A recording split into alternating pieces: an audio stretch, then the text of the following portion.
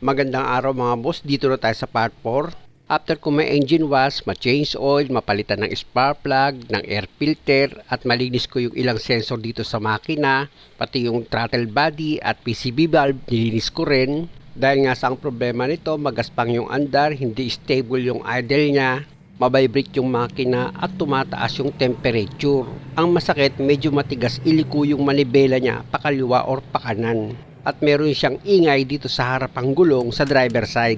Pati yung brake pedal nito mga boss, ayon kay customer, matigas siyang apakan. Ang daming problema dahil nga sa na-stuck itong sasakyan. Kaya para mas maintindihan yung mga boss, panoorin nyo yung part 1. At kung makikita nyo itong inlet hose ng air filter, papunta nga yan dito sa throttle body. Pati yung ilang hose na nakakonect dito sa makina, na ilagay ko na rin. Ito naman ngayon yung map sensor niya. Nalinis ko na rin yan at ilagay ko na yan dito sa cover ng air filter. Pag nailapat nyo na ng maayos itong mass airflow sensor, pwede nyo na ngayon ilagay yung dalawang screw niyan. Tsaka nyo ngayon siya higpitan gamit yung Phillips screw. Siyempre naman mga boss, sa paghigpit na gagawin nyo, wag naman yung sobra-sobra sa higpit. Tandaan nyo, plastic lang yung kakapitan nitong screw. Tamang higpit lang, sapat na. Tapos check nyo kung okay yung pagkakalapat. Pag okay na, pwede mo na ngayon ilagay yung socket wire. Okay? At isa pa nga sa napansin ko dito, itong cover ng radiator, kulang siya sa mga plastic clip. Kaya kapag umaandar yung makina, nakakapagbigay pa ito ng vibration or ingay. Kaya nga kung makikita nyo, yung mga walang plastic clip, pinaglalagyan ko yan. Kahit na hindi pa iutos sa akin ni customer, siyempre dapat magkusa ka na. Kumbaga meron kang sariling palo para sa ikasasaya ng customer. Alam niyo mga boss, yung mga simpleng ingay, vibration dito sa makina, kadalasan dito lang yan ang gagaling sa cover ng makina nyo. Na minsan dahil nga sa wala kayong alam sa sasakyan, napapagastos tuloy kayo ng malaki. Kasi pag in-start mo itong makina tapos kulang sa mga clip yung mga cover na nakalagay dito sa makina mo, nako, pipitik-pitik yan, makakarig ka ng ingay. Hugutin ko muna itong dipstick mga boss dahil nga sa chinesol ko ito para malaman ko yung sukat ng langis. Na kung makikita nyo dito sa dipstick, okay naman, naka-level na siya. At dahil sa okay na ito mga boss, pwede ko nang pa-start itong makina. Yun, one click siya. At yung minor, mabilis na siyang bumaba. At gaya nga nung problema ni customer, hindi na nag-up and down yung minor niya. Ibig kong sabihin, stable na. Kaya malaking bagay talaga mga boss na yung mga sensor dito sa makina, nililinis. At hanggat maaari, kung kailangan palitan ng spark plug, palitan nyo na rin. Lalo na yung air filter nito, nako malaking bagay yun mga boss na pinapalitan talaga ang air filter kahit na sabihin yung malinis pa sa paningin mo. Kasi nga hindi naman lahat ng alikabok itim, meron din siyang puti. Dito naman tayo sa pagkaka-engine wash ko dito sa makina ni customer. Pwede na mga boss, di ba? Kahit na kapyaw lang yan, malinis naman tignan. Kumbaga, pasado na yan sa bulag. Kung napanood nyo lang yung part 1 at makita nyo itong makina, aba mga boss, nako po, pinagbahayan niya ng daga. Tapos yung kumapit na alikabok dito sa makina, nako, ang lagkit. Hindi ko malaman kung alikabok talaga yun. Masangsang yung amoy eh. Buti na nga lang at hindi ako napeki sa degreaser na nabili ko. Kaya yung dumi na kumapit dito sa makina, pati yung mga tay-tay na daga dyan mga boss at balahibo, natanggal.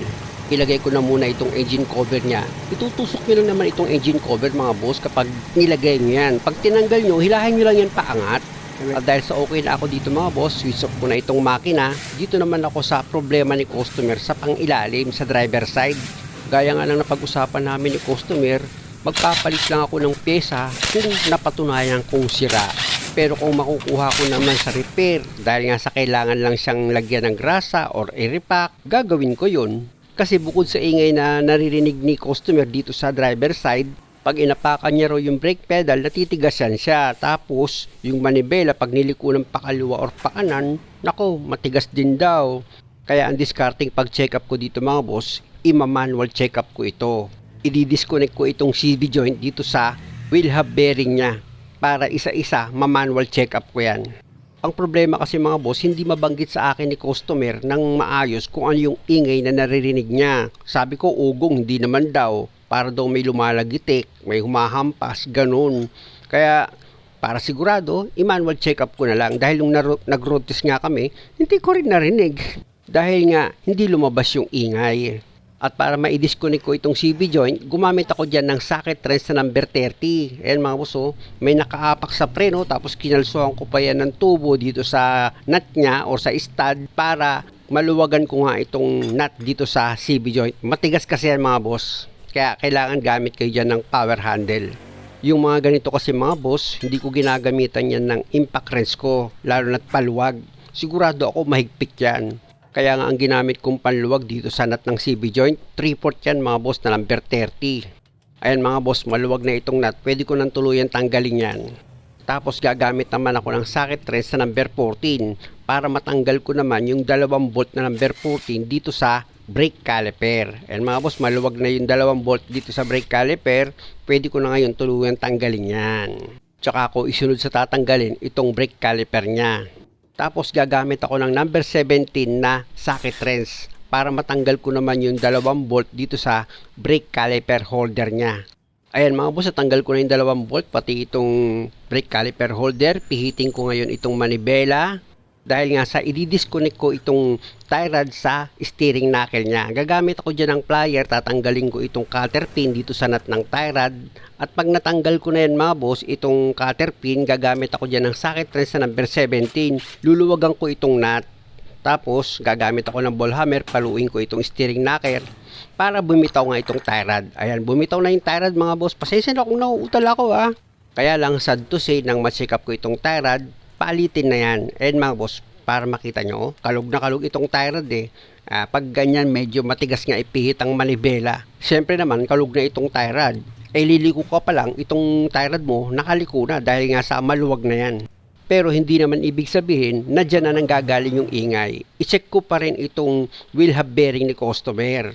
Pero bago yon, tanggalin ko muna itong 2 bolt and nut dito sa shock absorber para ma-disconnect ko itong steering knuckle dito sa shock niya.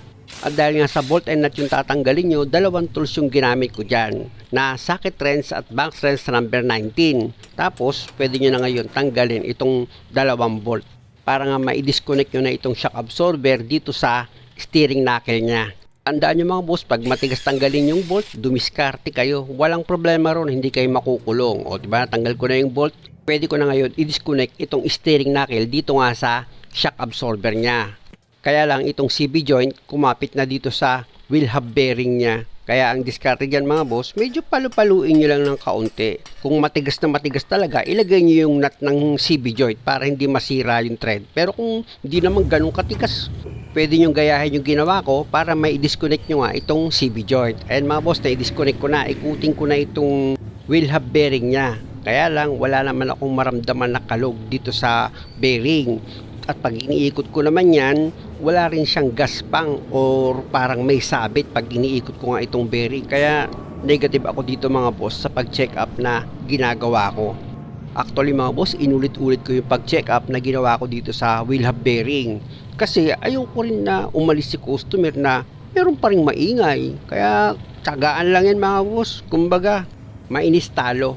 Ganito talaga ako mag-troubleshoot mga boss para hindi naman kawawa si customer sa gastos. Kaysa yung hula-hulaan ko yan, naku po, na after mo magawa, kinabukasan, babalik yung customer dahil nga meron pa rin daw ingay. Tapos ikaw naman, magtuturo ka na naman ng ibang pyesa para palitan mo na naman. At nang matapos na, ni-road test ni customer, nawala na yung sira. Siyempre, proud ka. Yes! Ang galing ko, nakuha ko yung sira. Pero si customer, napansin mo, nakasimangot. Tapos sinabihan ka, paano hindi mawawala yung sira? Pinalitan mo na lahat yung pyesa ng pangilalim ko. Tapos ang palusot niyan mga boss ganito. Sir, mga ilang buwan na lang, masisira na rin lang yung pyesa nyo. Kaysa bumalik pa kayo sa akin, di palitan na natin ngayon. Kaya nga pag nagkalas ako ng pangilalim tapos may hindi ako pinalitang pyesa, sasabihin nung basher, dapat pinalitan mo na rin yung pyesa na yan, susunod na rin niyang masira Diba? Halatang halata gawain niya kasi na kahit na hindi sira yung pyesa, pinapalitan niya. Kasi nga, kaya niya ako pinupuna sa paggawa ko, baka nga naman mapanood ng customer yung paggawa ko ng sasakyan na hindi ko pinalitan lahat yung pyesa pero nagawa naman. Magreklamo sa kanya, bakit si dirt mechanic ito lang ang pinalitan na ayos naman yung sasakyan? Bakit ikaw kailangan palitan mo pa lahat? Yun ang dahilan. Kaya nagagalit kayo sa akin. Nabubuko kayo. Bakit ba ako napunta dyan mga boss? Balik na ako sa trabaho. Nakita nyo naman mga boss itong outer ng CV joint niya, chinek ko yan maigi. So far okay naman siya, walang problema dito sa CB joint. Kaya lang kulang na kulang sa grasa. Kaya i-disconnect ko muna itong axle dito sa inner CB joint niya para ma-check ko na rin yung grasa at yung bearing nitong inner CB joint. Gaya nga ng sinabi ko mga boss, meron lang naman akong tinotroubleshoot dito na ingay. Hindi ito talaga pinapaayos ni customer. At kita nyo, itong baso ng inner CB joint, wala din siyang grasa. Kaya nag-conclude na ako na pwedeng dito na yung pinanggagalingan ng ingay na naririnig ni customer. Hindi niya kasi ma-describe sa akin ng maayos at nagkataon nga naman nung mag-road test kami, hindi naman lumabas yung ingay. Pag ganito, ang ginagawa ko dyan, nililinisan ko lang naman itong CB joint. Siyempre, yung outer at yung inner, pati itong pinaka-baso-baso niya, linisan nyo rin yan bago nyo lagyan ng grasa. Possible dito na nanggagaling yung naririnig ni customer na pag-aarangkada daw siya, nakakarinig siya ng ingay. Kasi nga, kung makikita nyo, wala nang grasa dito sa lagayan ng bearing, dito nga sa inner CB joint niya. At dahil nga sa nalinisan ko na yung inner CB joint, punasan ko ulit itong outer CB joint niya. Importante kasi mga boss na bago nyo lagyan ng grasa or i-repack itong velocity joint nyo, dapat malinis yan. Tandaan nyo mga boss, sa pagdi-DIY ng sasakyan nyo, talagang mapapagod ka rin para lang maging maganda yung kalalabasan ng pagdi-DIY mo.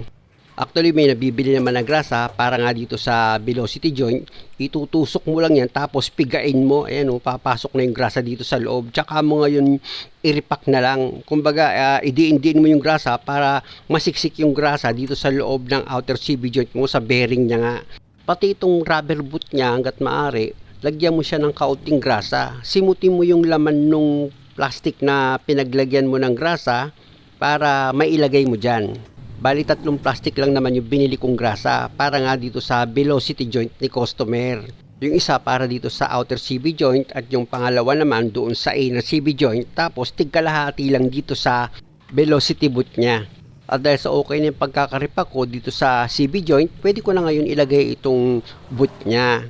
Pag okay na, gamit ka ng basahan, punasan mo muna itong kabuuan ng velocity joint mo bago mo ilagay yung clamp niyan, para walang nagkalat na grasa. At pag okay na, pwede mo na ngayon ilagay itong clamp niya. Kung okay pa naman yung lumang clamp mga boss, okay lang yun, pwede nyo naman yang ibalik. Pero pag putol na rin, pwede naman yung cable tie. Ang mahalaga, malagyan mo ng clamp itong velocity boot niya para yung grasa hindi siya lumabas. At pag okay na yung pagkakalagay mo ng clamp, dito ko naman sa isa pang clamp niya. Kaya lang putol yung maliit na clamp, kaya pinalitan ko na lang yan ng cable tie. Pasensya na kayo mga boss dahil nga sa mahaba itong video. Abangan nyo sa part 5. Muli, maraming salamat sa panonood. Sana nakakuha kayo ng idea at kung maaari, huwag nyo naman sanang kalimutang mag-subscribe sa channel ko. Maraming salamat ulit.